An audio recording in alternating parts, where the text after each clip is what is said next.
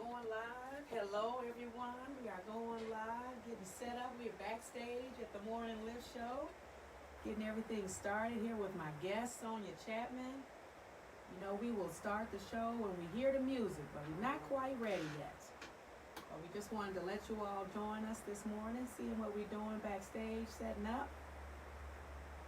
Give me a thumbs up when you're ready, Dr. Shaw. Okay, I can do that. Refresh my page.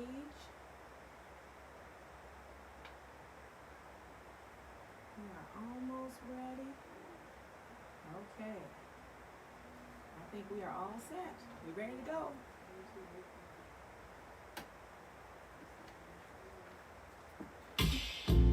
Wake up, get up, stand up.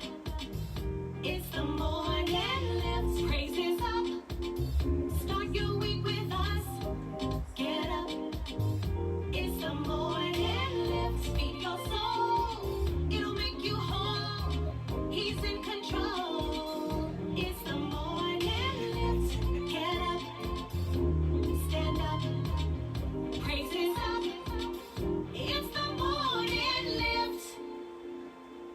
Well, good morning, good morning. It's the Morning Lift Show with Dr. Sean Kyle. It is Monday morning, and as you know, we like to get our week started, get our morning lifted with some words of encouragement, with some amazing guest speakers. You are listening to me now on Intellectual Radio and iHeart Radio station.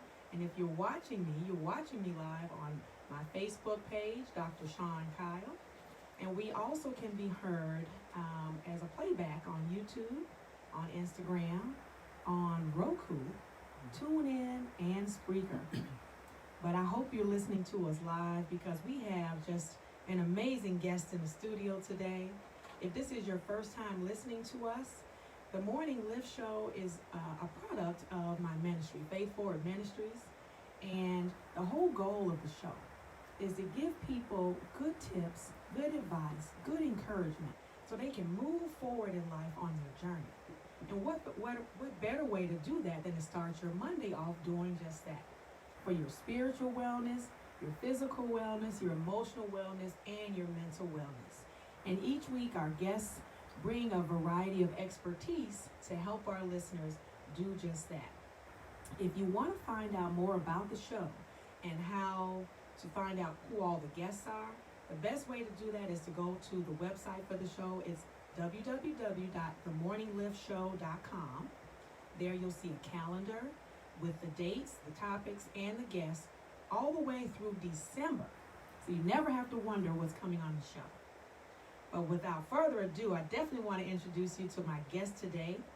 I have in the studio a very special friend, Lady Sonia Chapman of Colony All Nation Church.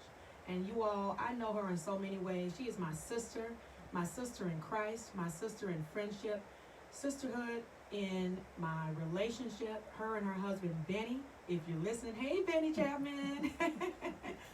Her husband is the pastor of now Colony All Nation Church, and she's the first lady. And they actually married, my husband and I, Greg Gary, on January 1st, 2020. So we have an extra special guest in the studio. So let me tell you a little bit more about her. As you know, the topic today is igniting your relationships and manners during COVID. Lady Sonia Chapman is an educational etiquette consultant who believes in the power of learning. She is dedicated to empowering and challenging people to be the best that they can be by learning the proper way. Did y'all hear me? The proper way to present themselves and how to become positive citizens in society. Lady Sonia Chapman is the elect lady of Colony All Nations Pentecostal Church. She received her salvation over 20 years ago, where her dad, the late Apostle Lewis Carter, was pastor. The love for her dad led her to salvation as she wanted to support him in ministry. However, God had a greater call on her life. She has served as Sunday school teacher, youth leader, pastor's aide, and organist. Lady Sonia continues to strive to be an example to all young ladies and aims to produce excellence in all her ministry opportunities. She is truly a leader with a servant heart. She holds a master's degree in education and currently is a business entrepreneur. Her most rewarding position in life is serving God, being a helpmate to her husband, who now serves as the senior pastor, and raising two beautiful children, Benjamin and Aaron. Lady Sonia is an author and motivational speaker. Her book is titled Manners in America. Lady Sonia's favorite scripture is Psalm 27:1. The Lord is my light and my salvation. Whom shall I fear? The Lord is the strength of my life. Of whom shall I be afraid? So let's give a warm welcome to Lady Sonia. I know the listeners are excited to hear from you. If Benny and Benjamin and Aaron are on, your mama is here to do a great thing for the listeners today, because today's society, Sonia, has so much going on. Our society, we just watched a debacle of a debate. I'm not going to have this be a political show, but your book is timely for just the time as this. When I tell y'all this is a relevant topic, we are talking about manners in America, and we just saw all of that foolishness. And we're also talking about igniting our relationships. You know, this time, this is fall. Weather is changing. People's moods are changing. You can't take for granted how much your mood changes when the weather changes. You get chilly, you may get a little frustrated. You got to take all those things into consideration, especially when you're dealing with your relationships with people. People are at home during COVID, and I don't just mean husband-wife relationships. Of course, that's, for some of us, the most important relationship outside of our relationship with God. But we have children, your parent-child relationships, your co-worker relationships. You may not be able to discuss things with them in the manner that you're used to because y'all are now on Zoom or some other, internet media feed. Your relationships with your neighbors may be stifled. Relationships with your parents, maybe they're elderly. Things get changed when the weather changes and you're stuck in the house on stay-at-home orders.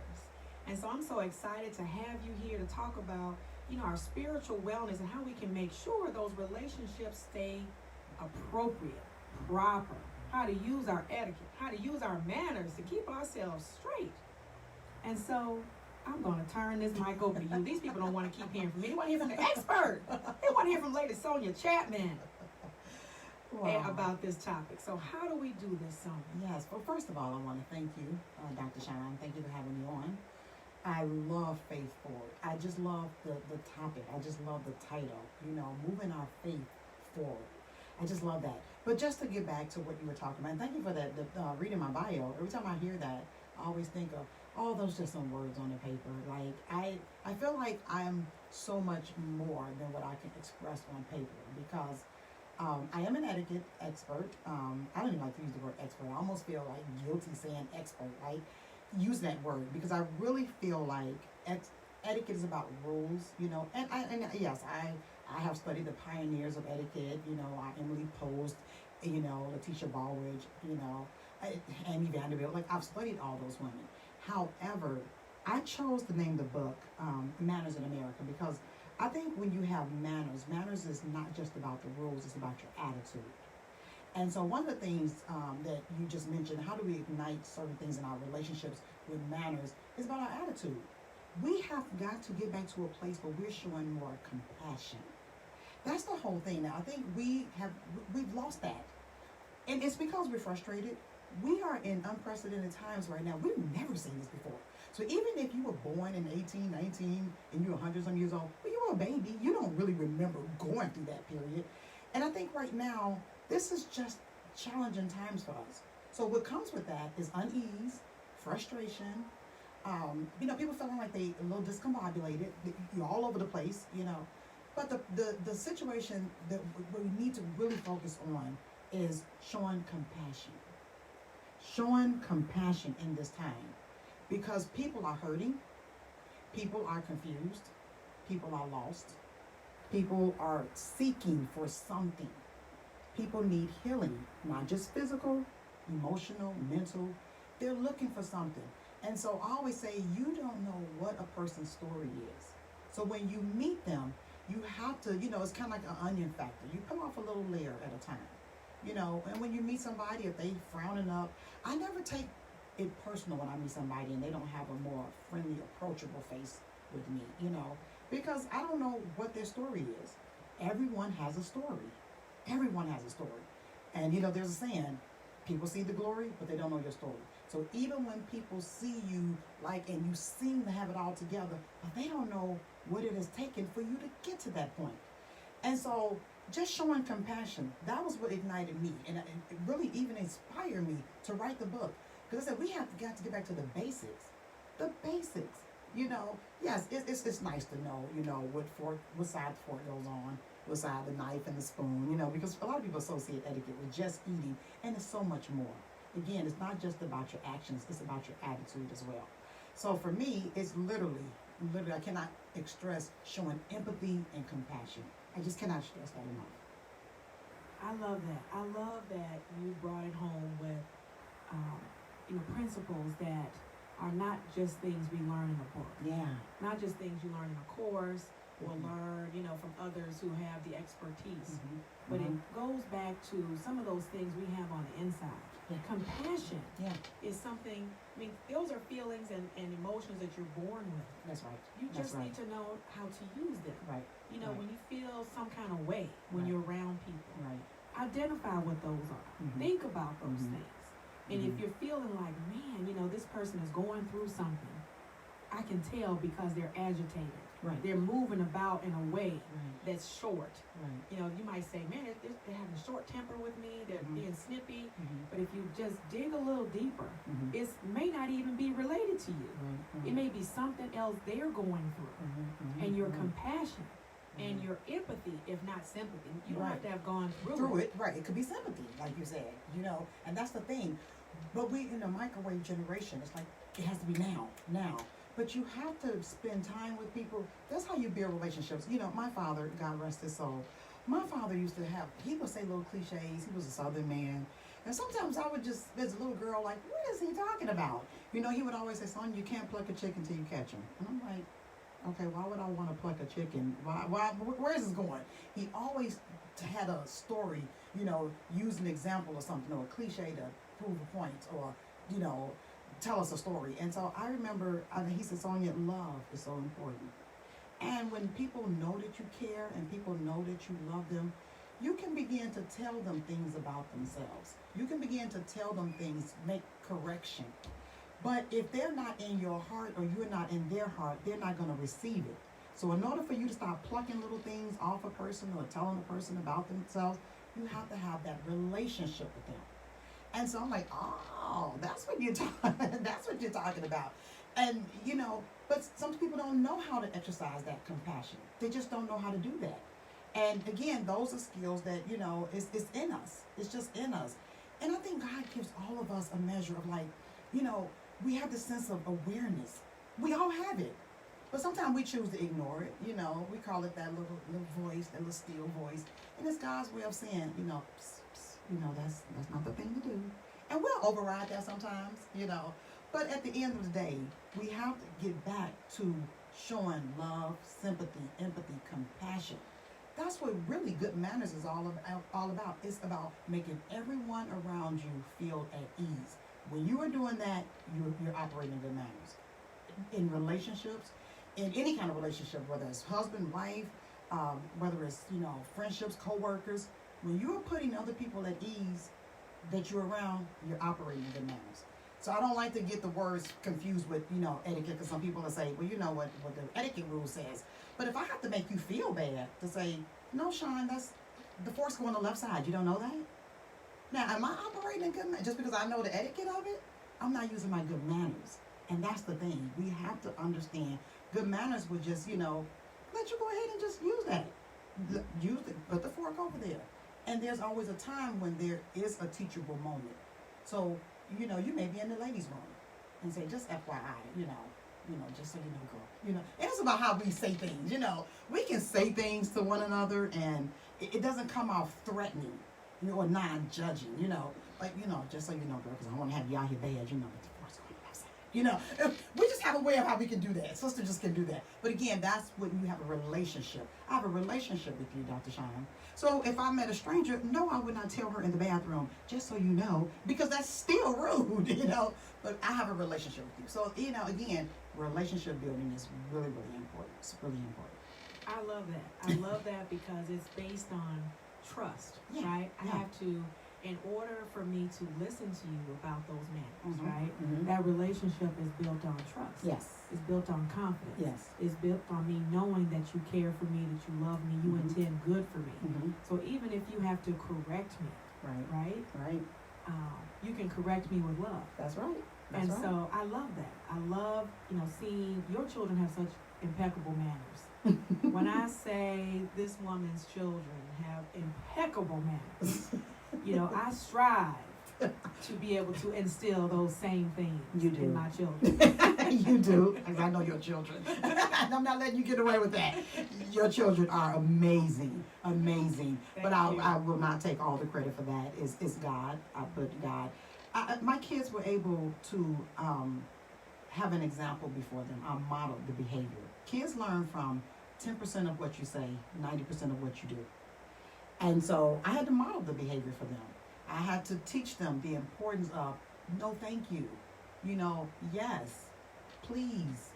Those are just things that we think our kids are supposed to go out and just know how to do. And then when they don't do it, I just cannot stand. Really. And I'm going to be transparent if that's okay. I Yes, just just be don't like to transparent. see people chastise their children when they don't know better because you haven't taught them that. So, say, now you're supposed to say thank you. Well, if they've never been taught to say that, then they don't know that. And so one of the things I always just tell my kids, and people say, Sonia, your kids, they would never eat at anybody's house. They would always sit right there. But I can say this now.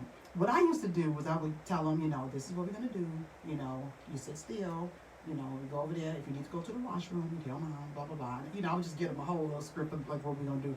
But when they would get in the car, Sean, I would praise them like, yo, dad, a wonderful job. We got to get some ice cream now. So that's my little trick. That's not, I don't know if you want to call that manipulation or what, but that was just my way of rewarding them to let them know I noticed that you were, exercising good behavior. But again, I try to model that all the time with my kids. And right now, they are teens during this pandemic. My heart bleeds for kids that are going through this pandemic right now with so much craziness, just unrest. We have to be very, very sensitive and again, operate some compassion around this because their life have been interrupted. Kids have energy. Teens have energy. Young adults, people, period, we just have energy. We always want to get up and go. Think about it. Even now, for me, just going in the store, I have to remember, put the mask on. I got to remember to do that. But this is a very challenging time for them. And so the best advice, and if there's parents listening, the best advice that I can give is to listen. Listen to your children. Don't try to give them advice. Don't try to help them solve a problem. Just listen. It's something that we don't even really teach. We don't do that. We just assume people know how to do that. Which is why, we're going to talk about that debate a little later, which is why that was a disaster. Because we're talking over people, and these are our leaders, But that's what we have to let our children do. And the minute, as a mother and as a father, we go into parent role, I want to solve that problem. No. They just want you to listen. And they're feeling some kind of way.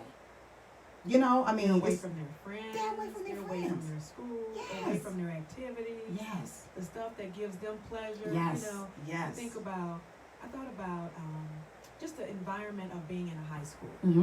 right? Mhm. I'm using your example of teens. It's not just about going to school, right? You have time with your friends at the locker, Right. in the hallway, Right. laughing, chit-chatting, talking about what you did over the weekend. It's only a few minutes, but those few minutes of engagement you Mhm. get once an hour to kind of, build each other up. Or, Mhm. girl, did you see that? And I can't believe I'm wearing this. And my Mhm. mama told me, Mhm. what your mama said. Mhm. All that kind of stuff builds their relationship. Exactly. So now they're at home, and I am now my daughter's best friend. Right. She She don't want me as her best friend. Right. She don't want to get out of her class and walk in my room or wherever I am and say, hey, Mom. Exactly. So she don't want me as her best friend. So she's suffering, right? So you Mhm. have to appreciate them in the space that they are. Right. Respect their space. Right. Give them some room to grow. Mhm. Like you said, listen to them. Right. Don't always be willing to correct them or to make a change in their life. Life is tough right now, and we all need what you already mentioned: compassion. Right. That's the key. That's That's definitely the key. And they'll express their emotions, and sometimes we're trying to finish their sentence. They're just trying to talk, and we just like, no. Set some time aside and just let them express their emotions, because really they're trying to figure out how to manage these emotions during this time. I'm trying to manage my anger because I'm mad. I'm upset that I can't just go out as I normally would do with my friends. I'm upset that I just cannot go to the mall. What teen girl doesn't want to go to the mall? You know? And I mean, the malls are still open, but I mean, when you have to go and you have to social distance, you have to stand, everything is just interrupted right now. So this is a challenge. And, the thing is, we have to really support them the best way we know how, and that is through just being there, just being an ear. Sometimes that's all you need to do is just be an ear for your children. Less is always best. That's less talking, less giving advice. Sometimes it's just, you just need to listen. Listen, and be an effective listener. You know? What does that work also? I'm going to switch relationships. Yes. That's our relationship as a parent with Mhm. our children.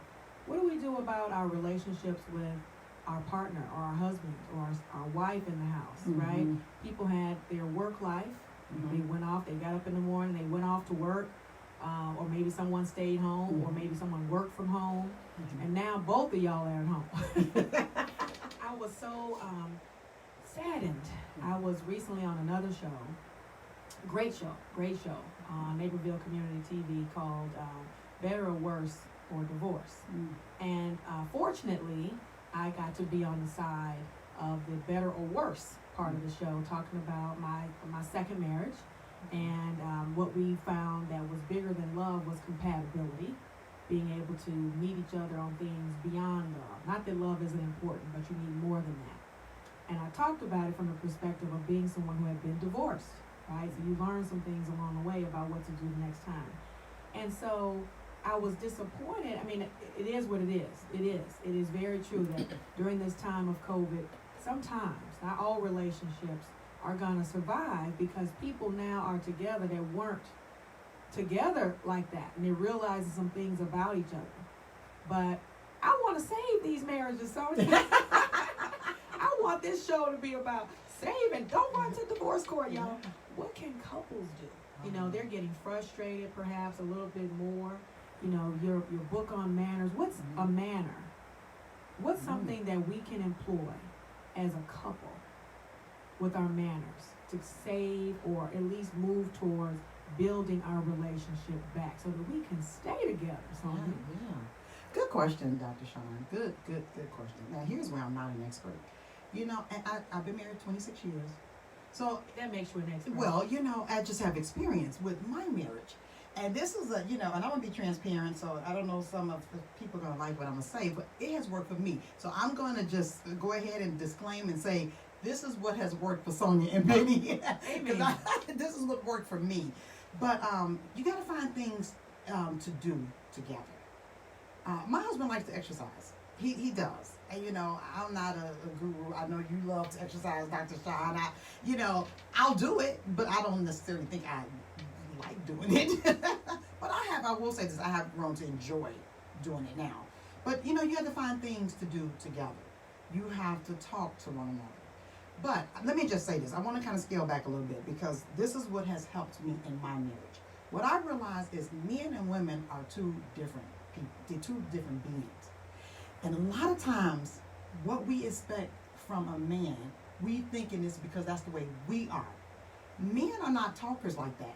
So guess what, ladies? If you want to talk to somebody, you got to call your girlfriend.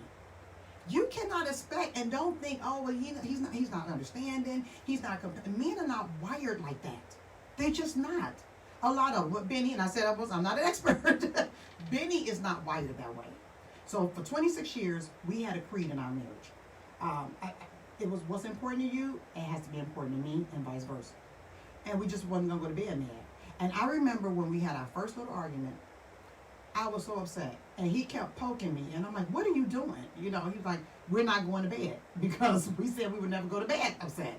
So it's little things like that, and so much so I was so sleepy, and we just laughed, and we kind of figured it out. But some of the things you have to do is learn your partner. You have to really learn who your partner is, and find out what are some interests that they have. So you know what? It's not always what you want to do. Okay, you got to find out. Okay, well my partner enjoys.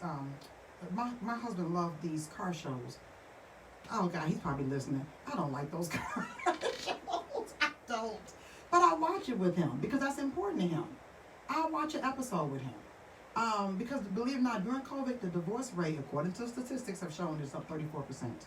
34%. That's a lot. That's a lot. That's a lot. And it's really because now I am forced to be in the same space with you, and even if we are in the same space, you have to find some boundaries for yourself. Like, I love a person to have a little, like when men say, I have my man cave, or a young lady to say, I have my little prayer space, or I have my little she shed, Yes. Because we need our own little time. We do. And then when you come together, you got to find some common interest things that you like doing. But you need to table that and say, well, honey, what do you want to do? It can't just always be about me, I. What are some things that you want to do? We have to start, thinking positive. What you think on expands. What you give thought to expands. So if you keep thinking, this is not going to work, God here, the universe here, and guess what? It's not going to work. You have to start redirecting your thoughts to have positive thoughts. I want my marriage to work, so let me try to find other little ways. There's a lot of self-care books that kind of just talk about some things that, that can help you. We always got to work on us first. And that's where we go wrong, because we're always trying to fix somebody else. No, let's work on us.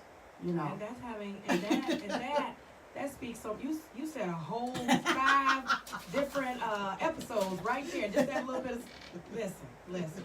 That is so important. That self-care is so important. Yeah. You mentioned the man cave, and that's what I did. My husband has a man cave area in the basement, Mm-hmm. and I found myself this summer, Sonia, sitting on my back deck going, wow, this is great. This weather is great. I'm sitting here, I'm having my she time, right? I'm meditating, I'm praying, I'm drinking my coffee, laying in my hammock. This is great. This is Sean time. I'm writing books, all this stuff. And I said, I live in Chicago. What am I going to do when it gets to be fall? So that's exactly what I did. I started renovating a shed we already had in the backyard. Wow. And now I have a she shed. I have a she shed. I started a group, the Sisterhood Society of the She Shed. Hey y'all, some of y'all listening. And that's what it's all about. It's about finding my self-care, my place where I can be, where I can let my hair down. I say take your bra off, because we women, Yes. and just be Yes. with myself, because Yes. I have to take care of myself. Before you go into these, fixing a relationship, no matter what kind it is, whether it's COVID or not, you have to do some self awareness of yourself. What are my strengths? What are my weaknesses? What things do I carry from a previous relationship that no longer serve me now today? What are some attitudes I may need to get rid of? What is God working on me? And we all are a work in progress, so no one's perfect. But you get some time to yourself. Mm-hmm. You take a bath, Mm-hmm. you light some candles, you put on some aromatherapy, some good music, and just Self-care. center yourself. Right. I like to write. I do Sonia. too. I like to Yeah, write. I I get a love to book journal. out and I'll journal, and Yeah. sometimes it looks like chicken scratch in there. But these are all the things I'm thinking, and later on I can pray over that, meditate over that, and fix that up. Because when I'm doing great, guess who else doing great? These people in my household I'm trying to have a good We set the relationship tone. with.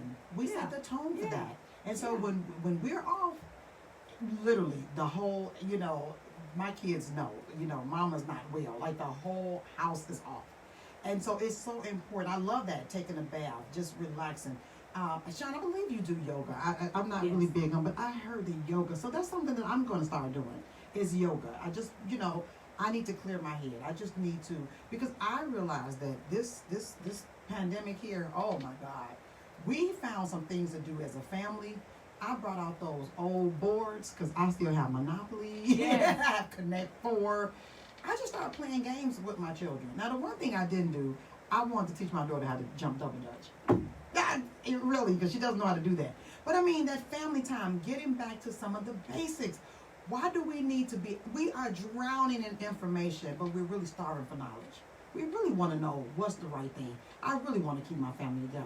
Where's the little things? We're always looking for something big and grand to do. Like, I need to go on this real excursion or this great trip. No, you don't. You can find it right in your home. You can just get the kids, okay, today's going to be your day to plan out what we're going to do today. You know, Aaron, it's your day to plan out what we're going to do today. You know, and then everybody get their me time.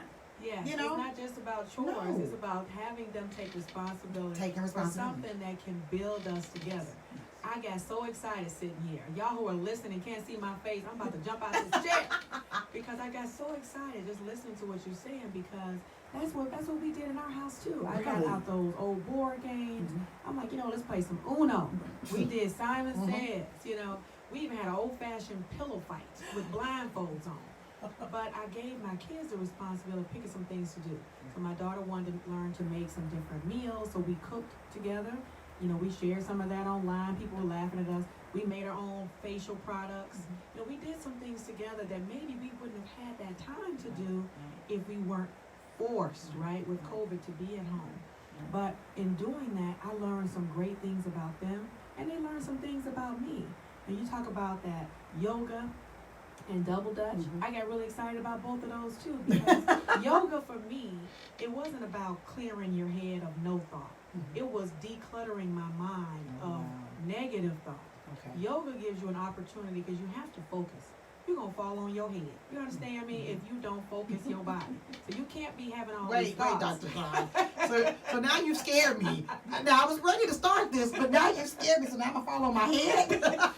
You gotta be focused. Okay. You gotta pay attention to the teacher. You gotta, do your body in positions that you may not be used to, that are good for it, for flexing it, and that requires concentration.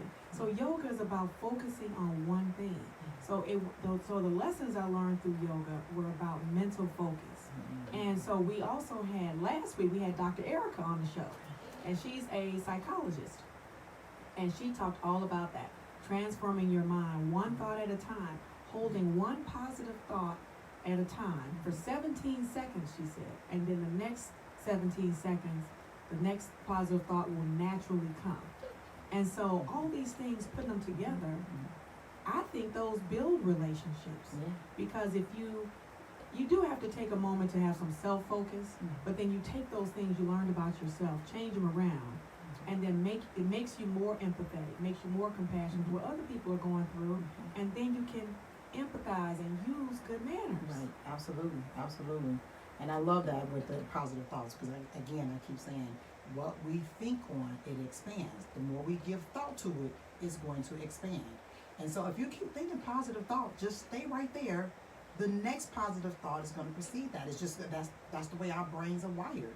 I think I'm gonna go and try this yoga and do thing. this and do the double dutch too. We actually have the 40 Plus Double Dutch Club founder coming on next week. Oh wow! I was gonna mention at the end of the show. I'm gonna go ahead and give her some love right now because we're talking about it.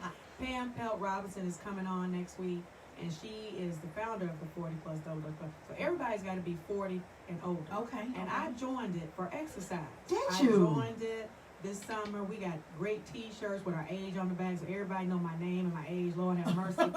And we are out there having a really good time. It's for exercise, awesome. but also for sisterhood, for Bonding. for bonding, Just for bonding. release. Yeah. And like yoga, you can't jump double dutch and be thinking about, oh, I can't stand this person. You can't think about all that stuff. You will fall in that rope. Okay? And I'm gonna give you a little tidbit. I had to, we jumped double dutch a lot as a kid, right? I forgot how much that bouncing is doing to your older bodies. So now I have to wear really good gym shoes. Sonya, I have to put on knee pads. I'm not kidding. I have to put on wrist Are you guards. doing those mumbles? I'm doing mambo, pop-ups, turn around one leg, hopping on one leg. It's a lot. It's so good for your body. But my body is older. So I got to do some things to protect myself. So I'm just giving you a little warning. All that turning rope, I had to put wrist guards on. because it's funny you saying all that. I didn't even think about that. I'm just thinking go get a rope, but you're right. I didn't think about it until I got out there Right. and was hurting the next day. I've been so out of loop with that. You're right. I'm trying to see about the turning now, and I want to teach my daughter. She's 16 and she does Yes. not know how to jump double dutch. Well, we have to do that together because my daughter doesn't either, and I know there's a whole generation of young Yeah. ladies who didn't learn that. Yeah. But those are things. That's even a way of learning manners. It is. You It have is. to. It's a give and take. It's type wait of, your turn. It's wait your turn. Exactly. And you gotta give, right? Right, In right. order for you to, at least in my neighborhood, in order for you to get a turn jumping in the rope, you had to turn the rope That's first. right. That's So right. you had to serve somebody That's first right. That's right. before you were given the gift or the blessing. Go ahead on and jump. Mhm. So I mean, all those are manners lessons. I want to hear more about your book. What Wow. started you on the journey of writing that book? And tell us where we can find it. Where can we buy it? Yes. So the book is called Manners in America, and if you look at it, it has like it's showing the little sign here said "are dead," because one of the things we have lost the ability to actually exercise manners with one another. It's a quick read, and I wanted to write this book because I wanted people to understand that it's the little things that you do. So it's not a typical book. Yeah, it's a lot of books on etiquette. And so I didn't want to write another book on etiquette. I wanted to write a quick book to give you 95 quick and powerful tips on just kind of how you can win people over with the power of politeness. Being polite, being kind, being nice will take you a long way. So when you talk about my kids have mastered that. They know, when you are nice to people. My son's at Howard University. Woo. Ain't you? Yes. And, standing in those long lines, we have to learn how to exercise patience, and so he's not, walking all up talking to somebody and being all diabolical and mean, he's like, okay, I know everybody's frustrated, So in this book, it's kind of it's a really, really funny book a little bit because I wanted it to be, so my target audience was 5 to 95. All right. Because I just didn't want it to be for this age group. Anyone, and the reason why I said 95 is I had a lady that was 95 read the book. And she was like, oh, I loved it. And then I actually read Never it to too her. late to learn. You're never, never too young to learn. Exactly. And never too young to teach, That's right. And so the book, is small subtitles. I talk about respecting others. Don't assume it's always about you. And it really talks about how you learn to be a good friend. That's good manners. Because sometimes we'll call our friends, and I'm going to just say this, we'll call our friends and we'll just dump all of our problems off on them. And like, okay, well, girl, I'll talk to you later. And it's like, did you even want to ask how I'm doing? Did that even cross your mind? But a lot of times people don't understand that when you are conversing with one another, it's like volleyball. You throw an idea off, and I'll throw one back. So we are exchanging information, ideas, topics. We are supposed to be exchanging that with one another. So we don't even know how to really communicate effectively with one another. And when we get on TV, and I said I was going to come back to this, and when we watch a debate with our leader, the most powerful man in the country, talking over people, it's like you're licensing other people to do this. That's inappropriate behavior. That's not proper behavior. If you are giving the terms 2 minutes and you listen, you adhere to that. Manners. I talk about following instructions. Something simple as follow instructions. Sean, if I tell you to, just can you go and get me some water? If you detour and go down the street and call your friend and do whatever, you just didn't follow instructions. Now, if something happens, I'm old school. My father'd be like, well, you was hard-headed. You didn't do what you're supposed to do. But it's something as simple as following instructions. Just do that. You'll make your life so much easier just by following instructions. And our leaders, again, my whole thought when I watched that, it was disheartening. I know people got and they kind of ripped it out on Facebook and all that. I didn't take that approach to, he's still in a leadership position, and so I pray for him. But I didn't use that opportunity to rail evil for evil, because the Bible, and I'm a believer, said that I'm not supposed to render evil for evil. And so, but I looked at that and I said, you know what? Some young person is looking at this and they think that that's okay to do that. That's not okay to do that. Some of the manners, and I talk about in this book, they start in the home. When you are a parent, you are your child's first teacher. When you are in a relationship, it's give or take. It's not just always about you. we have to understand about not invading people's personal space. So when social distancing came out, I've been teaching this for the last 9 years about understanding people's personal space. We stand too close to people, like, no, push back a little bit. We used to say it's our bubble, like don't invade my bubble, But like the book, I just talk about, what to say, what not to say. Prime example, visiting. And so is it okay if I just kind of throw out some little tips in here? Please do. We love Visiting the sick. People are in the hospital because they are sick. Well, right now, because of COVID, we're not visiting. But when and things are going to change. And when they go back to being, I think we'll learn a new normal. But when somebody is even at their home, you do not come over to anybody's house and stay longer than an hour. That's not good manners. Unless they're saying, oh, no, you okay to, but use good manners and say, I've been here long enough. Okay, so what is long enough? Okay, again, that would look different if it's a very, very close friend versus a coworker. Okay, so what etiquette would say is that you should stay over 45 minutes. But if it's somebody that's a close friend or whatever, but after the hour, at that time, you should be packing your stuff up and getting ready to leave when you're visiting sick. When someone has passed away, I know it's really ideal to say, especially if they were a believer, we do this all the time, they're in a better place. Well, I may not feel like that. I might, and when I say I don't, like with my father, your emotions are all over the place. And so one etiquette rule I always tell people is just say, you know what, my thoughts and my prayers are with you, and you can leave it right there.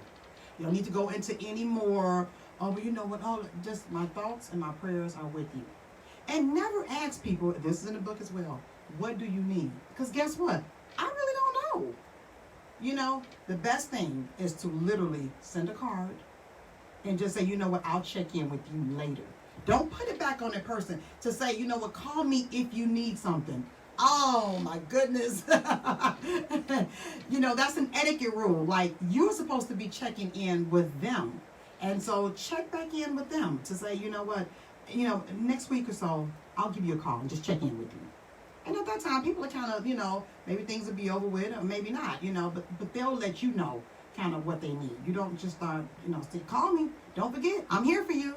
No, that's your job to show that compassion during that time when someone loses a loved one. Divorce is a death. And when people get divorced, you're better off without him anyway. Well, I may not feel like that because now my whole life is interrupted. What I thought was normal, this is now interrupted. My children are affected by this. So it's best to not say anything. And I talk a little bit about that. I'm not going to tell y'all everything. I want y'all to buy the book. Yeah. But that's kind of like what our parents always say. You don't have anything nice to say, don't say anything at all. Yeah. And that's always challenging. I'm so glad you brought up those examples. Mm-hmm. The sick, death, and divorce. Yep. I'm glad you brought those up because this is a challenging time, right? And so many people who may not have been sick in the past are now sick, due to COVID or what have you. And or people pass away. People pass away in normal times, but passing away during this time, you don't really know what to do. But these were some really good tips. I'm sitting here going, man, I need to get my notebook out. I'm gonna have to remember these things because it is something that we naturally do, at least for me, because I want to serve people. I want to help people. When someone is going through something, they're sick, or they get a divorce, or someone died, I'm like, girl, what can I do? How can I help you? Should I come over there? Should I bring some chicken? Where are the kids? You know what? Let me take the kids for a walk. You know what? Let me take the kids to my house for the night. I'm always willing to do that. But that might not be what they need. No. And because you don't know, even if they're really close to you, you don't know what they need at that time. That is such good advice. Yes. My thoughts and prayers are with you. I'll check back in with you later. Absolutely. And for any teen girls that are listening, and even with our girlfriends, we know our friends. We know our spouse. We know the people that are close to us. So when their behavior seems a little tweaked, a little off, you know that. So, but the one thing you don't want to do is always keep asking the person, what's the matter? And you say nothing. So just as an example, Sean, I notice you're not looking like yourself, okay? So I'm going to say, Sean, what's wrong? All I want you to do is say nothing. Every time I ask you this, okay? Sean, what's the matter? Nothing. No, seriously, girl, what's wrong? Nothing. Sean, it's me. What's wrong? Nothing, girl. And you see, this is the first time I've done this with you. It's not script, but you see how you're getting agitated because I'm just gonna make you tell me something that maybe you're not ready to say. As a friend, this is what you should do. Okay. Hey, Sean, how are you? I'm doing okay today. What's wrong? Nothing. Okay. Well, just so you know, I see you not your normal self, but I want you to know if you need anything, I'm here. Okay? Okay. Now, see, she put a smile on her face. Because guess what? I wanted you to know, I know that you wasn't your normal self, how we relate to one another. But I still put it out there. When you're ready to talk, I'm putting it back on you, then you know I'm here for you. And a lot of times, my daughter does this because I've trained her how to do this. She said, Mom, then a girl came back to me at lunch and was like, my mother pissed me off. You know, excuse my language, you know, that's what the kids will say. My mother made me so upset. My mother, or my sister did this, you know. And, you know, she said, Mom, it works. And I said, because people don't want you being overbearing. So if I'm saying nothing, that's my clear indication I'm not ready to talk about it. Or maybe I'm still trying to process what happened. So I'm not ready to really articulate that right now because I don't know what just happened. Could have been something just happened in the store, on the bus, when I left the house, with me and my husband, whatever. I'm not ready to talk about that right now. So being overbearing, just going to make people talk to you, it's not good manners. Good manners is, I see you're not your normal self today. And when you're ready to talk, I want you to know that I'm here for you. I love that. That is such good advice. So tell us, how do we buy this book? Manners in America. I want everybody to be able to get this. Yes, it's an easy read. Again, it's not long. I promise you can read this like in less than 2 hours. You can get it on Amazon.com. You can get it on Amazon. So that's where it is right now. So yes, please go on Amazon.com, and Manners in America Are Dead is by Sonia Chapman. And in this book, what I'm going to give you is 95 quick and powerful tips how to win people over with the power of politeness. Just being polite to one another. Just showing kindness, showing compassion, it goes a long way. I love that so much. And just in case you didn't hear her, you can find it on Amazon.com. It's called Manners in America. Yeah. And it's on Amazon.com by Sonia Chapman. This has been such a good talk. And you know, I hate to cut this off. 'Cause again, this is my girlfriend. We are sisters in Christ, sisters in friendship, sisters in relationship. And I could just go on and on talking to Miss Sonia Chapman. But we do have to adhere to time restraints around here, so we're going to cut this short. But I want people to be able to contact you. If they had a question, Sonia, Yes. if they're like, you know what, I saw her book, but I want to contact her to see if she wants to come out and teach a manners class to my family, or can come to my church and do a workshop on manners.